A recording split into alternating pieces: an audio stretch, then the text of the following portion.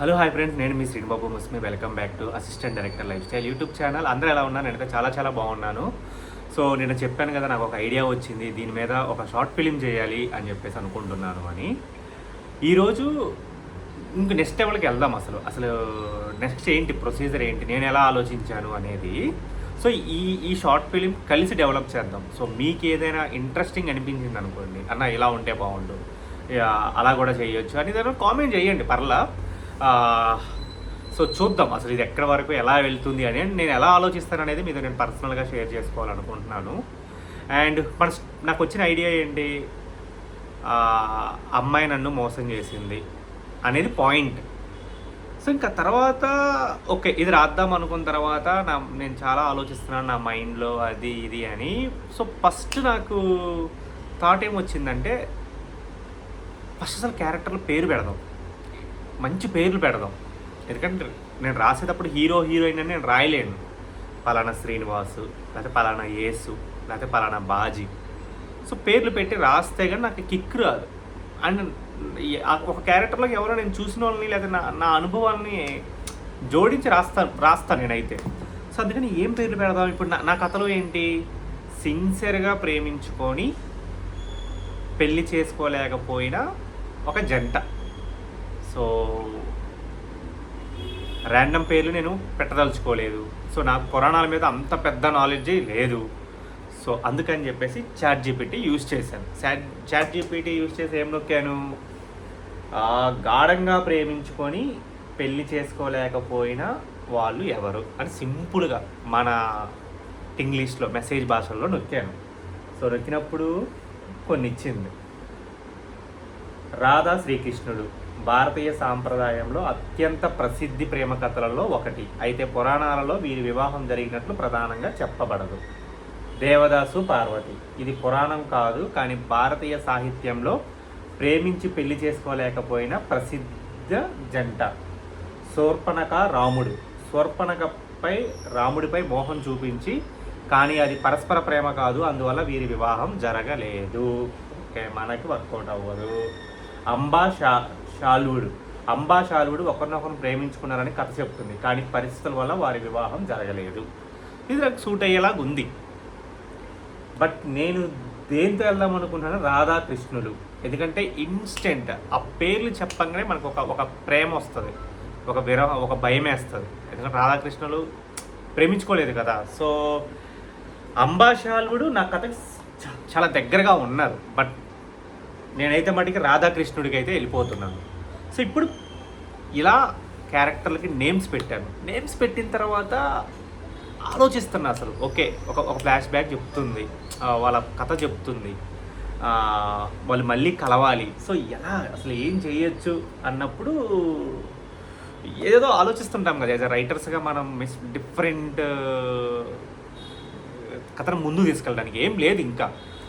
అప్పుడు నాకు ఒక ఇన్స్టెంట్ ఐడియా వచ్చింది. అంటే నేను అసలు చెప్పాలనుకున్న పాయింట్ ఏంటి, నేను ఇప్పుడు ఎవరైనా కథ చెప్పడానికి కోసం నువ్వేం చెప్పదలుచుకున్నావు తమ్ముడు అని అడుగుతా కదా. సో ఇప్పుడు నేనేం చెప్పదలుచుకున్నాను అన్నప్పుడు, హీరోయిన్ను హీరోతో ఒక మాట చెప్పాలి కలిసిన తర్వాత. ఆ మాట ఏంటి అంటే,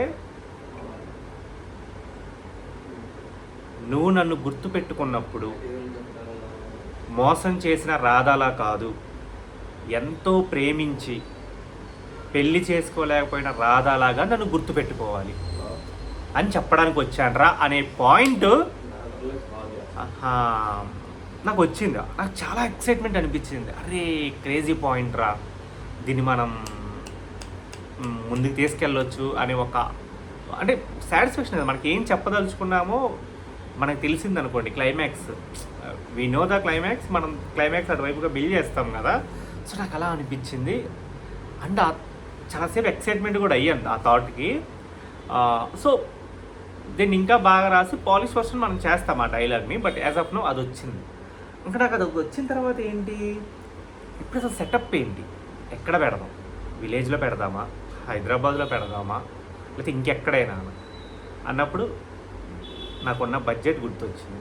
సో నేను ఇప్పుడు విలేజ్కి వెళ్ళి 1 డే షూట్ పెట్టుకుందామని ఫస్ట్ ఫిక్స్ అయ్యాను. ఇప్పుడు మనం విలేజ్కి వెళ్ళి అంటే నెక్స్ట్ డే వెళ్ళాలి, లేదా ఆ రోజు బయలుదేరామనుకోండి అనుకున్నట్టు షూట్ అవ్వదు. సో చాలా కష్టం. సో హైదరాబాద్లోనే షూట్ చేయాలి. సో ఇప్పుడు హైదరాబాద్లో సెటప్ అవుతుంది. ఇప్పుడు హైదరాబాద్లో సెటప్ అవుతుంది అంటే అసలు వాళ్ళు ఏం చేస్తున్నారు, అసలు ఇది ఎప్పుడు లవ్ స్టోరీ అంటే వాళ్ళు ఏం చేస్తున్నారు, అసలు ఎప్పుడు లవ్ స్టోరీ అన్నప్పుడు వాళ్ళిద్దరు కలిసి జాబ్ చేస్తున్న టైం అంటే 22 నుంచి 25 మధ్య ఏజ్లో ఉన్నారు వాళ్ళు. సో ఇప్పుడు వాళ్ళ బిహేవియర్స్ ఎలా ఉంటాయి, అండ్ అమ్మాయి ఎక్కువ ప్రేమిస్తుందా, అబ్బాయి ఎక్కువ ప్రేమిస్తున్నాడా, లేదు అబ్బాయి ప్రపోజ్ చేశాడా, ముందు అమ్మాయి ప్రపోజ్ చేసిందా అనే ఏవైతే క్వశ్చన్స్ ఉన్నాయో, అంటే లవ్ స్టోరీలో అవి చాలా ఇంపార్టెంట్ కదా, ఎందుకంటే మనం అలానే బిల్డ్ చేస్తాం కాబట్టి. సో నాకు అలా ఆలోచించాను. ఫైనల్లీ కంక్లూజన్ వచ్చింది, ఓకే అమ్మాయి ఎక్కువ ప్రేమించింది, విడిపోవాల్సింది కూడా అమ్మాయే విడిపోయింది. ఇంట్రెస్టింగ్ అనిపించింది నాకు. సో ఇప్పుడు దీన్ని పట్టుకొని ఇంకా కథలుగా అనిపించింది. ఆ తర్వాత కథ స్టార్ట్ అయితే అంటే అమ్మాయి పెళ్ళి కాక అదే ఐ మీన్ పెళ్ళయి తర్వాత కలిసిందా, లేదా బ్రేకప్ అయింది ఆ తర్వాత కొన్ని రోజుల తర్వాత కలిసిందా, ఏది బెటరు అని బాగా ఆలోచించాను.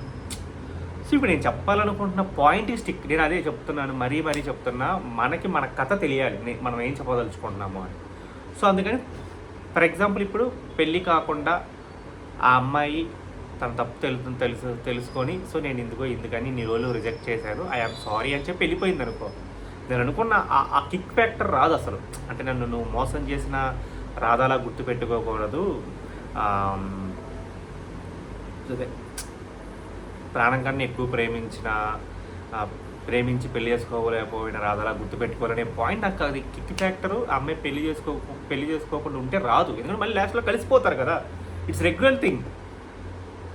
సో అలా కాదు, పెళ్ళి చేద్దాం, ఆ అమ్మాయి పెళ్ళి చేసుకున్న తర్వాత వీడు ఆ ఎమోషన్లో ఉన్న తర్వాత ఏదో సిచ్యువేషన్ ఒకటి క్రియేట్ చేసి ఆ అమ్మాయితో మాట్లాడిద్దాం, అప్పుడు పేలిద్ది ఇది అని నాకు నేను ఒక 100 సార్లు ఆలోచించుకున్న తర్వాత yes this is the right way. అప్పుడు కథకి ఇంట్రెస్ట్ ఉంటుంది కదా. 6 నెలలు బ్రేకప్ అయింది, అమ్మాయి మ్యారేజ్ కాలేదు, వచ్చి కలిసింది అంటే తర్వాత వి నో ఏమైంది నెక్స్ట్. అదే ఒక ఇంట్రడక్షనే, అమ్మాయికి బొట్టు ఉంది, కాళ్ళకు మెట్టెలు ఉన్నాయి, మళ్ళీ మంగళసూత్రం కనపడుతుంది, వాళ్ళు కలవరు అసలు అవి. సో ఇట్స్ వెరీ ఇంట్రెస్టింగ్ అనిపించింది నాకు. అలా ఆలోచించాను. ఇప్పటికైతే నేను ఆలోచించిన ఐడియా అయితే ఇది కథపరంగా. అంటే మోర్ టైం కథకు పెట్టాలమ్మా అంతే. సో మోర్ టైం ఎంత మన టైం కథకు పెడితే మనకు అంత బెనిఫిట్.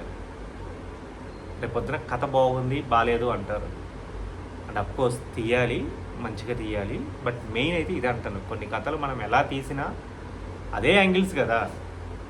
సో ఎలా తీసినా కథ బాగుందా వాడదామే మనకు మంచి పేరు వస్తుంది. సో మోర్ టైం కేటాయించండి. ఐ హోప్ మీకు ఈ వీడియోస్ బాగా నచ్చుతున్నాయి అనుకుంటున్నాను. నాకు ఈ వీడియోకి 50 లైక్లు నేను ఎక్స్పెక్ట్ చేస్తున్నాను. సో నాకు బూస్టింగ్ వస్తుంది, ఓకే ఇంకా మంచి వీడియోస్ చేద్దాం, దీంట్లో ఇంకా ఎక్స్ప్లోర్ చేద్దాం అనేది ఉన్నట్టు ఎక్స్ప్లోర్ చేద్దాము అని, ఓకేనా. అండ్ ఇంకోటి, నేను ఆ హీరోయిన్లో 3 మెసేజ్ చేశానని చెప్పాను కదా, అందులో ఒక అమ్మాయి 18,000 అడిగింది అబ్బా పర్ డే. నేనైతే 18,000 అనిపించింది. అలా ఉంది పరిస్థితి బయట.